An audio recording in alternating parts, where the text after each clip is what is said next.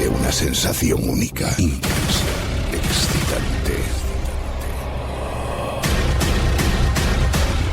Mundo. Saludos a todos, soy Alba Lovera, directora de Mundo Viperino. Esta vez les hablo desde los micrófonos de Mundo Insólito Radio, una emisora que se caracteriza por la libertad en contenidos, la calidad de equipo y la pasión por conocer qué hay más allá. Damos así paso a un programa tan auténtico como la vida misma. Al fin y al cabo, no hay nada más aterrador que la verdad. El frenético ritmo de vida que llevamos actualmente nos hace olvidarnos de la importancia que tiene prestarnos atención a nosotros mismos, a nuestra salud física y mental. Nos dejamos llevar por la opinión de expertos que, como nosotros, son personas y pueden equivocarse. Ponemos en manos de terceros la opinión de algo tan importante como es nuestro bienestar, sin preguntarnos nada, sin querer saber qué incluyen esos tratamientos que mencionan. Hay profesionales extraordinarios en el campo de la salud que sí se toman la molestia de observar y escuchar a sus pacientes, de explicarles en qué consiste su diagnóstico y posibles soluciones, de pensar qué es lo mejor que puede servirles. Pero hay otros que, ya lo sabrán ustedes, no parecen ser conscientes de la importancia de su profesión, en la que una persona está entre sus manos, una persona vulnerable, y una mala decisión puede repercutir durante mucho tiempo, e incluso para siempre. Nuestra rutina va cambiando con el paso de los años, ya no por el crecimiento o desarrollo personal, que también, claro, sino por lo que la sociedad considera importante o no. Por ejemplo, antes en España, el domingo era un día sagrado y todos incluían en su semana ir a misa, a escuchar al sacerdote.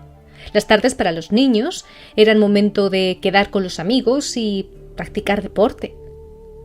Hoy en día, las mañanas de domingo usualmente son para descansar hasta el mediodía y los estudiantes invierten las tardes en alguna actividad extraescolar, hacer deberes o jugar a videojuegos. ¿Saben? Hubo en Internet, hace poco, una disputa sobre los horarios de trabajo. Se hablaba de esos países que tienen jornadas reducidas. Se subrayaba la importancia de no desperdiciar el esfuerzo, de lo necesario que es trabajar inteligentemente y no de trabajar duro, de aglutinar la fuerza y la concentración y saber canalizarla. Pero parece que aún nos cuesta o que resulta complicado porque muchas tareas dependen de terceras personas. Gente que no está dispuesta a esforzarse y que por ello provocan que los demás estén atados a ellos. Por ejemplo, lo que ocurre con los trabajos en equipo. Siempre hay quien carga más responsabilidades, o los primeros días el grupo decide dedicarlos a hablar, a hacer que pase el tiempo. Después hay quien siempre tiene una excusa para no aparecer, o hacer lo mismo, o directamente no apetece. Llega la fecha final y días antes toda la tarea la llevan a cabo 2 o 3 personas únicamente.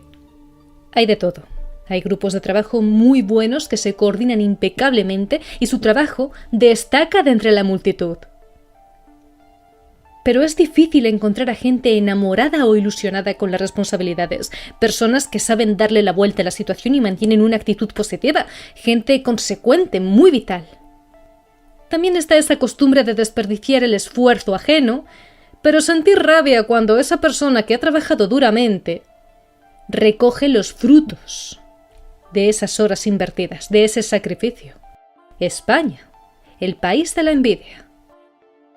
Y volviendo a lo anterior, lo que comentaban con ese debate de la famosa jornada laboral de 8 horas, se decía que las 24 horas del día pueden repartirse muy bien. 8 horas para dormir, 8 horas para trabajar y 8 horas para jugar. 8 por 3, 24. Fríamente calculado, como si fuese lo mismo trabajar que tener tiempo libre. O como si durante el tiempo libre la gente no aprovechase esos momentos para trabajar en sí mismos, para trabajar en su familia o el hogar. No todo se limita al trabajo, al fin y al cabo, y no todo se limita al ocio o a dormir, segmentos de esas terceras partes distribuidas. El caso es que los usuarios discutían sobre lo necesario que era realizar una jornada flexible o de únicamente 4 o 6 horas. ¿Por qué? Bueno, se argumentaban muchas cosas. Por ejemplo, se hacía la comparativa con ciertas regiones. En el caso de España, Pedro Sánchez, allá por 2021, apostaría por una reducción de la jornada laboral para pasar de las 40 horas semanales de la actualidad hasta las 35 horas, según recogería el proyecto de la Agenda 2050. En Alemania ese cambio sí se implementó, aunque a nivel local. En Hamburgo, 70 enfermeros y cuidadores pasaron de tener una jornada de 8 horas a una de 6 horas sin variar el salario. Y la prueba fue un éxito. Explicaban, en periódicos como La Razón, que en Francia, no obstante, los resultados no fueron nada favorables. Aumentó el paro e incrementó la precariedad, pero en Dinamarca se produjo un efecto maravilloso. Dinamarca siempre se habría visto en los primeros puestos de las listas de países más felices del mundo. Por ejemplo, los jefes y directivos no ven con buenos ojos que alguien se quede a trabajar hasta muy tarde, apenas se hacen horas extra. Efectivamente, en otros sitios da muy mala imagen estar siempre trabajando. Se entiende que la persona que se encuentra tan ocupada hasta el punto de sacrificar su vida personal es porque no sabe administrarse bien. ¿Por qué iba alguien a necesitar un refuerzo si lo ideal es hacer las cosas bien desde el primer momento? No sé, amigos, tan mal nos organizamos que estamos entre montones de papeles, herramientas o de máquinas constantemente descuidándonos a nosotros, descuidando a nuestra familia. Es cierto que hay sectores que exigen muchas más horas de trabajo, pero estarían debidamente equilibrados. Todo esto desde la teoría e hipótesis. A día de hoy, lamentablemente, existe la explotación laboral y el trabajo precario. Esperaríamos lo contrario con la mentalidad japonesa. Aunque la jornada laboral semanal es de 40 horas y diarias de 8, se llega a trabajar 12 horas. Y además, las jornadas festivas no son bien recibidas. Desde el año 2017, el gobierno japonés intenta establecer políticas de descanso como una jornada laboral de 4 días, pero los empleados se resistirían a adoptarla.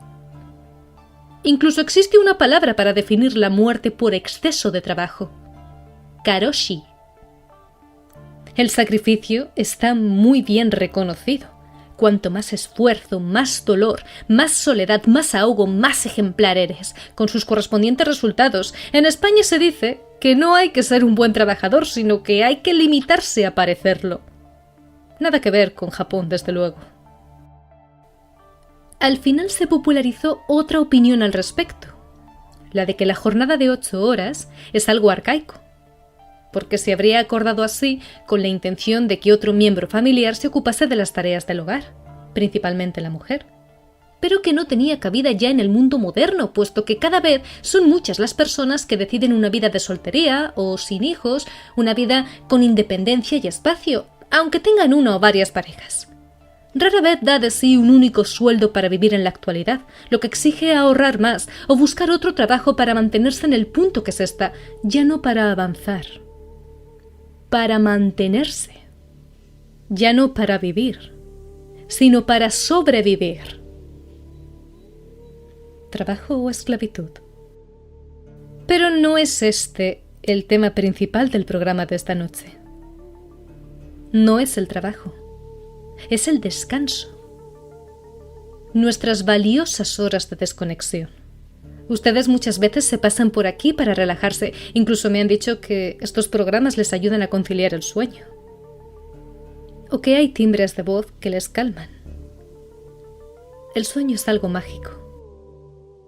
Por su componente espiritual, claro está. Es durante el sueño cuando surgirían los famosos y extraños viajes astrales, las premoniciones, los mensajes del más allá o de nuestro Dios. Los desdoblamientos. Parte de la meditación, opinan otros, una fase en la que reparar nuestras heridas físicas y emocionales. Ya saben la expresión, déjame que lo consulte con la almohada. Esto es un mundo aparte. Y lo acabaremos tratando, sí. Pero en otro programa, porque es un tema tan extenso que no podemos sintetizarlo tanto. Ustedes merecen mucho más. Dormir bien tiene muchas ventajas. Nos hace sentirnos despejados y favorece la concentración. Es otro proceso en el que también entran en juego las hormonas. Si su producción está equilibrada, la memoria funciona perfectamente. El proceso del sueño fortalece las conexiones neuronales. Según los expertos, durante la fase REM del sueño, el hipocampo, que sería como el almacén de nuestra memoria, se restaura, transformando la memoria a corto plazo en memoria a largo plazo. En la Universidad de Haifa, en Israel, lo han corroborado con los resultados de un estudio que afirma que una siesta de 90 minutos a media tarde ayuda a fijar los recuerdos y la destreza. Eso hace, por otro lado, que la imaginación y la agilidad mental sean más potentes y nosotros más creativos. El sistema inmunitario se debilita si no descansamos, lo mismo que si no tomamos el sol o dejamos que la naturaleza nos colme. Nuestro cuerpo utiliza el tiempo de sueño para regenerarse, lo que le permite luchar contra las toxinas y los gérmenes que nos amenazan de forma continua.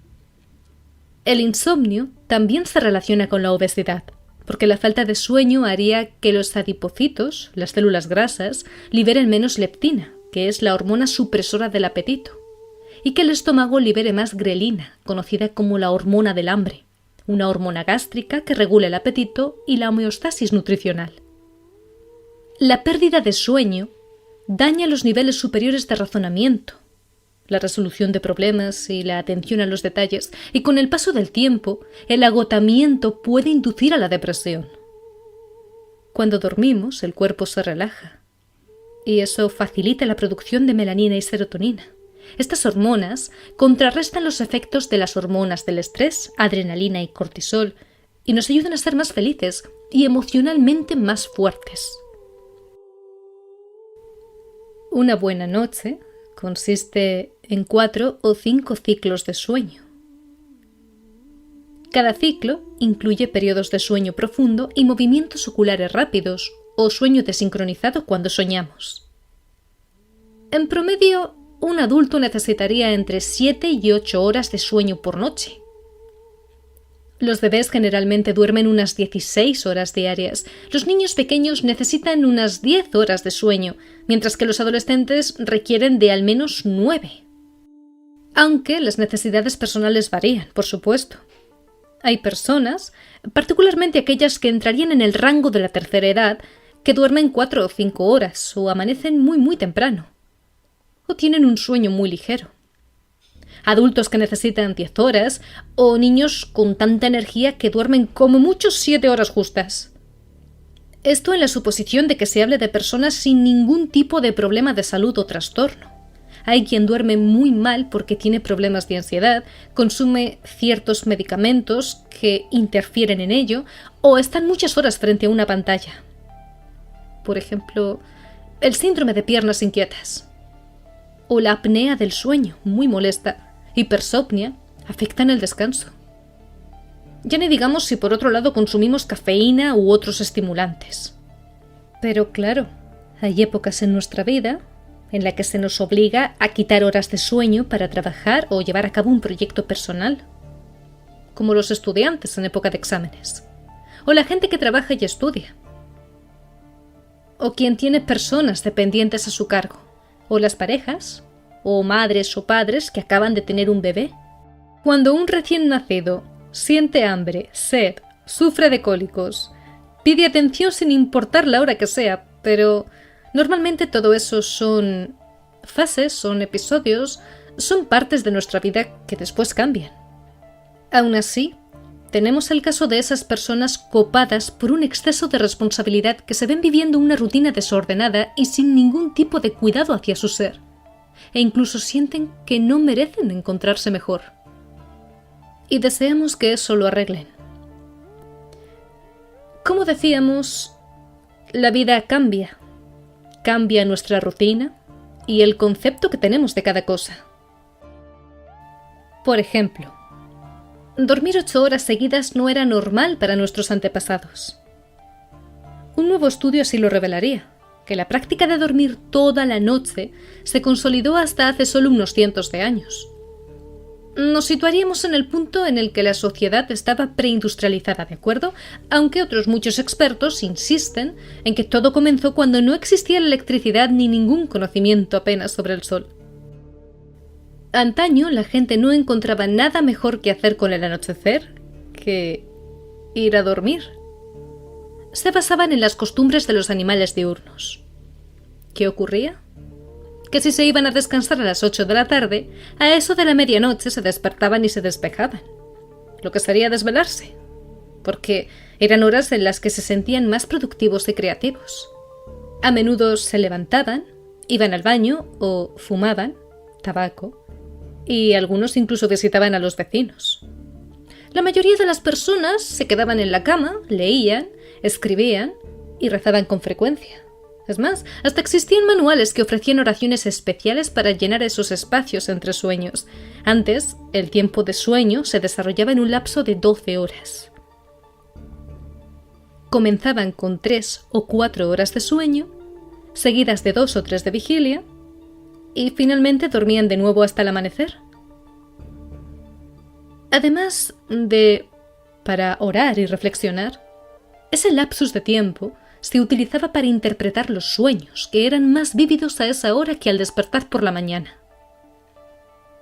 También era el momento favorito para que los eruditos y poetas escribieran ininterrumpidamente. Conforme tomaba más fuerza la industrialización, según desarrollarían algunos historiadores, la gente se encontraba más cansada y necesitaba de más horas para dormir. Así es. Todo gracias a los cambios de las clases altas. Así lo afirmaría Roger Acair, el historiador que reveló el motivo de este cambio de sueño. A finales del siglo XVII, en Europa, dice, a los burgueses les gustaba instaurar sus propias normas. A principios del siglo XX, con la Revolución Industrial, los trabajadores de muchos países se veían obligados a atarearse hasta el puro desgaste, yéndose a dormir a altas horas de la noche y levantándose temprano. Al final, el cuerpo y la mente se agotan. Nosotros no somos máquinas. Y la gente comenzó a preferir que no se le relacionaran con la noche porque se vinculaba con los borrachos, las prostitutas, los adictos al juego y a otros vicios, siendo así la gente de bien personas activas únicamente durante el día. Por fortuna ya no hay tanto estigma.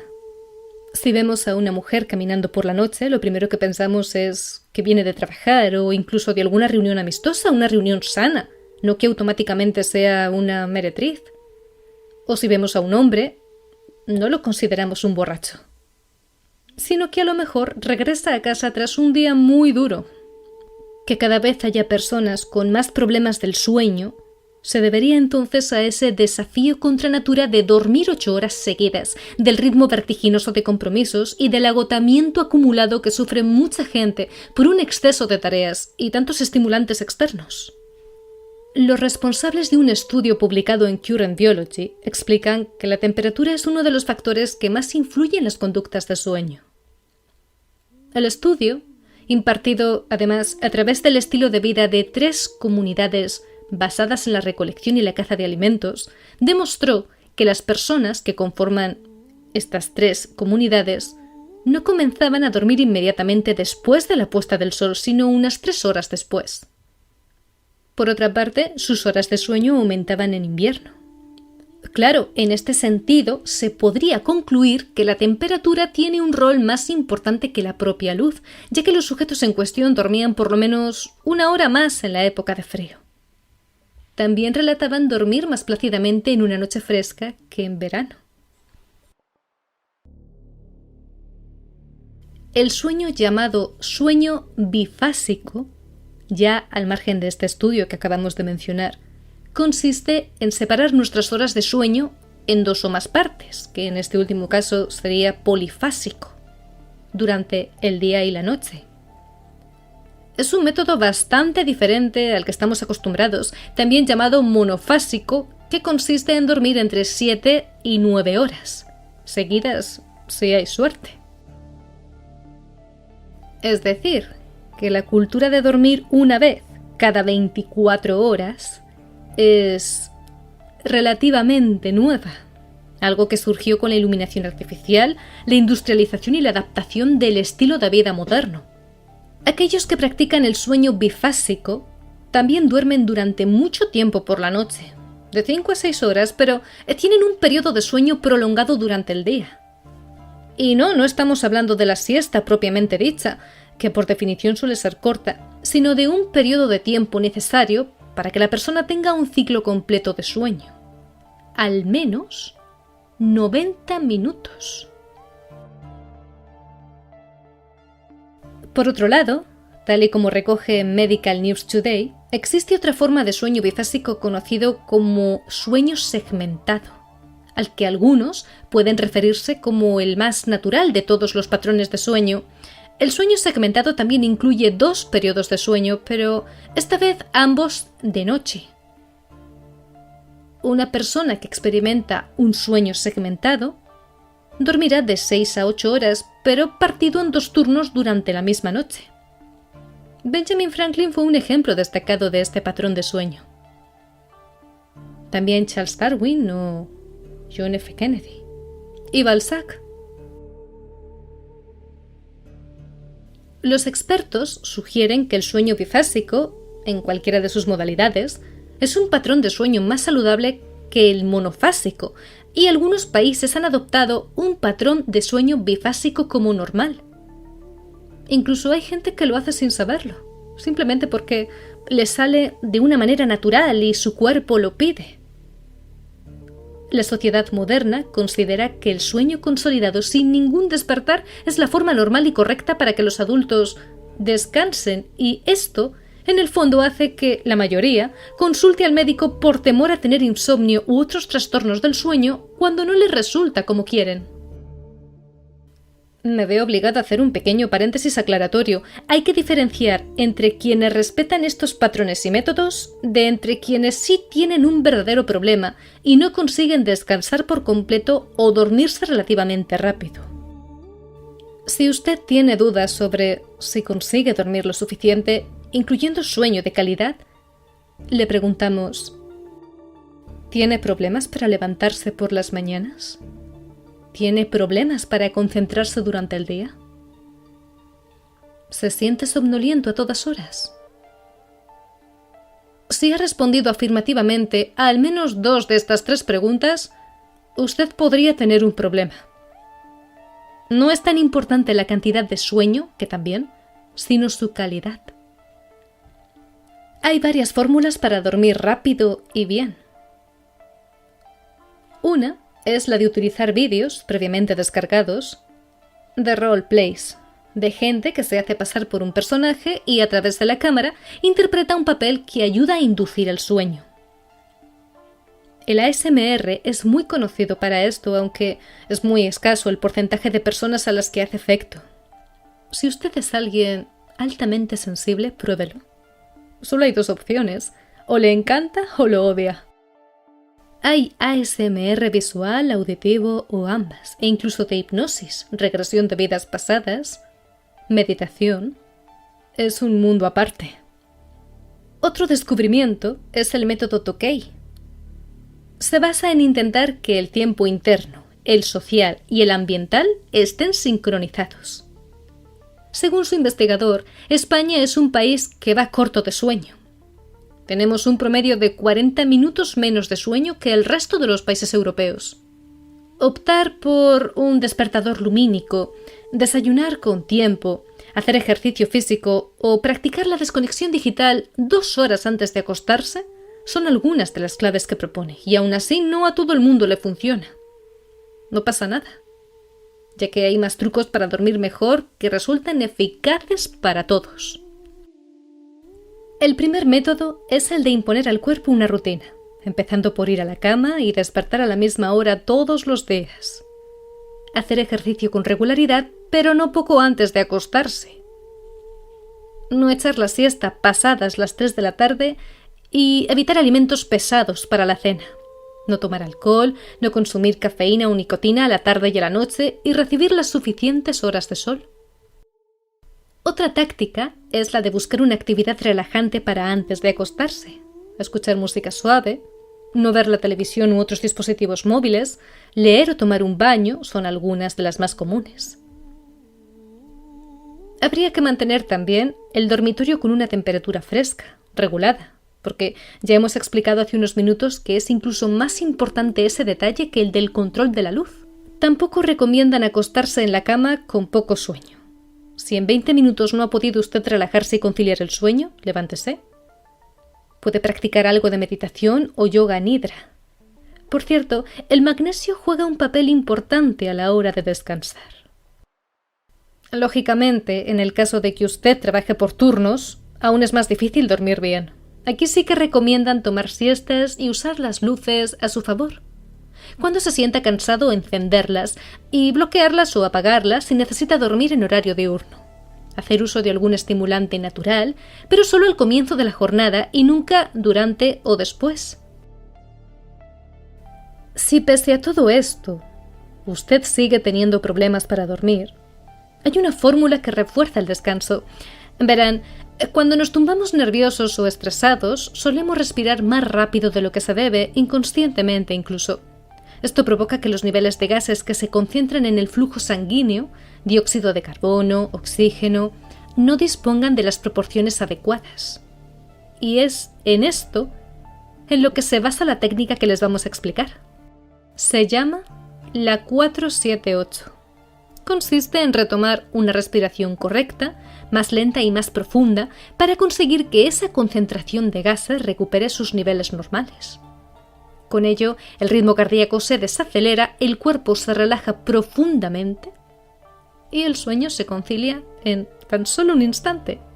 Para el paso número 1, hay que colocar la puntita de la lengua detrás de los dientes superiores frontales, justo en el límite en el que empieza el paladar. Para el paso 2, cierre suavemente la boca e inspire por la nariz muy lentamente, hasta contar 4 segundos. Es decir, durante 4 segundos usted tendría que coger aire, que inspirar. Paso número 3. Aguante la respiración durante 7 segundos. Paso número 4 y final. Expulse todo el aire que ha acumulado, extendiendo la expiración hasta unos 8 segundos. Es así de sencillo. El impulsor del método señaló que tanto el proceso de inspiración como de expiración debe ser ruidoso. Usted utilice la fuerza o presión necesaria, no se quede en silencio, no se reprima. Es muy importante para que funcione. Y si el ejercicio le resulta demasiado largo, no se preocupe porque, tal y como explicó Weil, su descubridor, lo realmente importante es que la inspiración dure siempre la mitad de tiempo que la expiración, por lo que también puede, por ejemplo, inspirar unos 3 segundos, aguantar la respiración otros 3 segundos y expulsar el aire durante 6 segundos. Esta proporción también le resultará efectiva. Por lo visto es algo que se utilizaría mucho entre militares, la marina, incluso los campos de tiro. Una correcta relajación, un dominio del diafragma y un control de la respiración para que el cuerpo entero se calme. Acorde a las explicaciones de la periodista Marta Vicente, para dormirse rápido con la técnica 478, es importante que el ejercicio de respiración se realice tal y como lo estableció el Dr. Weil, lo que acabamos de explicar. Tenga en cuenta que, en un inicio, es totalmente normal que le cueste más trabajo aguantar la respiración durante ese periodo de tiempo, pero con la práctica conseguirá hacerlo sin problema. Y a medida que se entrene, el ejercicio surtirá mayor efecto, le dará mejores resultados y conseguirá dormirse antes. De todas formas, no es recomendable llevarlo a cabo muy seguido. Lo mejor es realizarla unas 2 veces al día para ir cogiendo práctica y no repetirla por más de 4 veces durante el primer mes. Una vez que ya domine el ejercicio y se haya acostumbrado a él, puede llegar a repetir hasta en 8 ocasiones en el mismo día. La técnica 478 no tiene por qué limitar su uso a la cama. Ustedes también pueden utilizarla para momentos de tensión. Por ejemplo, para combatir el enfado, para calmarse antes de subir a un avión si volar le produce ansiedad, Puede emplearla antes de enfrentarse a una entrevista de trabajo, un examen, antes de hablar en público, cuando recibe una mala noticia o si va a enfrentarse a una competición deportiva.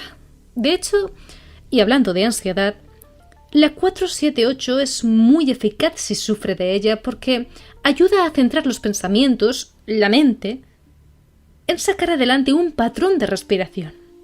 Otro truco es el del abecedario. Sí, el abecedario. Pensar en una letra y concentrarse en mencionar una palabra que empiece por esa letra. Por ejemplo, la R. Romero, Rosa, Raquel, ratón, río, ruta, reverberación.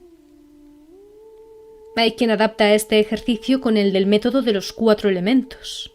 Consiste en escoger uno, por ejemplo, el agua de entre ese mismo, el fuego, la tierra y el viento, y después pensar en objetos relacionados con ello. Por ejemplo, con el agua, un vaso, una olla, el mar, la geoingeniería. Perdón, se supone que es un ejercicio para desconectar. Pero a veces las personas necesitan de estímulos físicos. Romper con su mente, dejarla en blanco y conectar con cualquiera de los 5 sentidos. De ahí que el juego de los 4 elementos también se adapte a esas necesidades. Por ejemplo, tierra. El ejercicio de la tierra consiste en frotar los pies contra el suelo o las manos con alguna superficie, limitarse a sentir lo que se está palpando. El agua consiste en tragar y sentir la propia saliva dentro de la boca. El fuego, en buscar algo que esté a temperatura ambiente e intentar calentarlo con las palmas de la mano. En el caso de escoger aire, usted tendría que repetir lentamente y en susurros: ya se verá, porque no lo sé, cuando perciba un pensamiento intrusivo. Eso ayuda a convencernos de que el futuro es incierto y que aunque todo parezca estar perdido, siempre hay un atisbo de esperanza. En Internet se han popularizado elementos llamados gadgets relajantes. Son pequeñas piezas que hacen ruido, tienen botones, una ruleta, una pequeña palanca, objetos que caben en la palma de la mano, entre los dedos, que ayudan a calmar la ansiedad. O de silicona, especiales para niños, porque ellos también pueden sufrir de ansiedad y estrés. El cansancio, el nerviosismo y el mal humor se pueden llegar a contagiar. Estos serían algunos de los trucos que podrían ayudarnos a descansar un poco mejor. Aún así, le recomendamos que lo sopesen bajo su propia responsabilidad siempre. Usted tiene la última palabra y que, de haber algún problema grave, por favor acuda a un especialista de confianza. Dormir y desahogarse es muy importante. Por eso se infravalora el descanso, porque está bien visto estresarse. Qué pena. Por eso hay cada vez más obstáculos. Cuídese. Le sorprenderá lo excelente que es haber descansado plenamente y escucharse. Nos vemos en el próximo programa.